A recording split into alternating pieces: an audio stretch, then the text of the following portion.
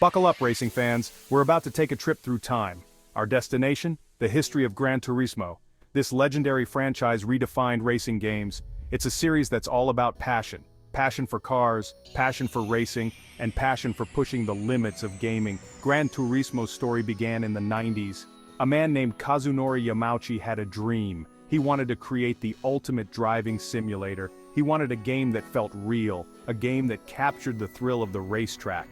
And so, in 1997, the first Gran Turismo was born. This wasn't just another arcade racer. Gran Turismo was different. It offered a level of realism never seen before. Players could collect and customize hundreds of cars. Each car handled differently. Each race felt unique. The game was a smash hit. It became a flagship title for the original PlayStation. Gran Turismo wasn't just a game. It was a phenomenon. It ignited a passion for motorsport in millions of players, and it set the stage for a series that would dominate the racing genre for years to come. Hold on tight as we accelerate into the world of Gran Turismo. The first Gran Turismo was a revelation. It redefined racing games. The game had two modes: arcade mode and simulation mode. Arcade mode was for quick races. Simulation mode had real depth.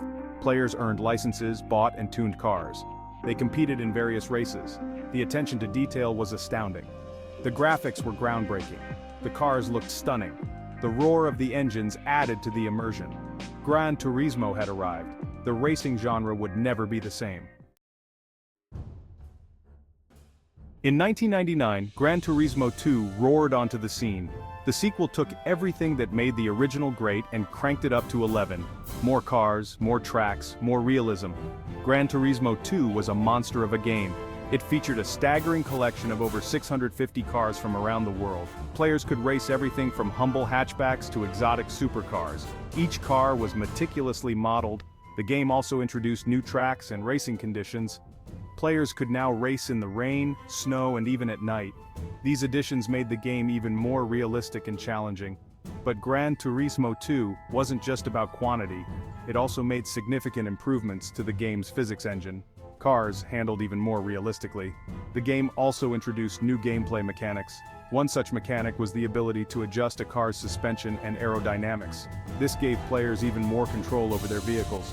With its massive roster of cars, realistic driving, and deep gameplay, Gran Turismo 2 cemented the series' place as the king of racing simulators. Section 4. Driving into the Future: Gran Turismo 3 A-Spec. The PlayStation 2 ushered in a new era of gaming, and Gran Turismo was there to lead the charge. Gran Turismo 3 A-Spec arrived in 2001. It was a visual powerhouse that showcased the PS2's graphical capabilities. Cars looked more realistic than ever before. Tracks were beautifully rendered. But Gran Turismo 3 A-Spec was more than just a pretty face. It also introduced several key innovations to the series.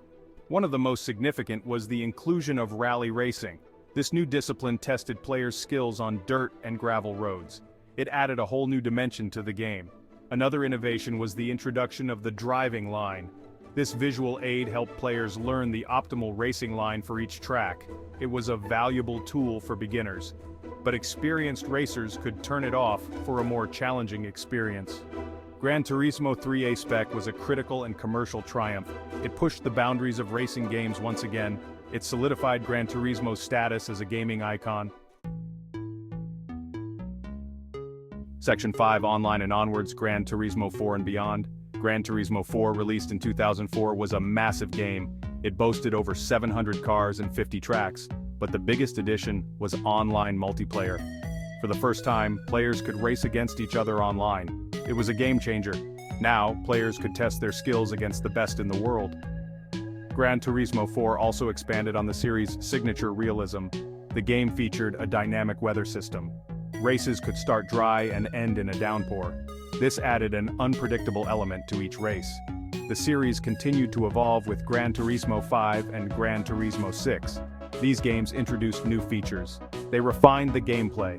They pushed the graphical fidelity even further. Gran Turismo Sport, released in 2017, marked a shift in focus for the series. It embraced esports. It featured a more curated selection of cars and tracks, and it focused on competitive online racing. Section 6. A legacy of innovation: Gran Turismo's enduring impact.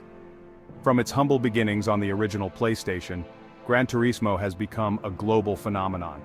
It has sold over 85 million copies worldwide.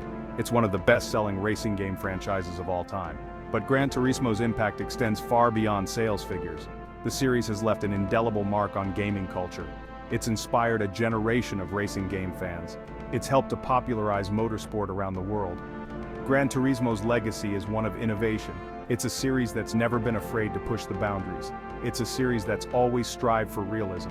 And it's a series that's always put the player first. As we look to the future of Gran Turismo, one thing is certain: the series will continue to innovate, it will continue to excite, and it will continue to set the standard for racing games. So, buckle up and get ready for the next lap. The future of Gran Turismo is looking bright, and it's going to be one heck of a ride.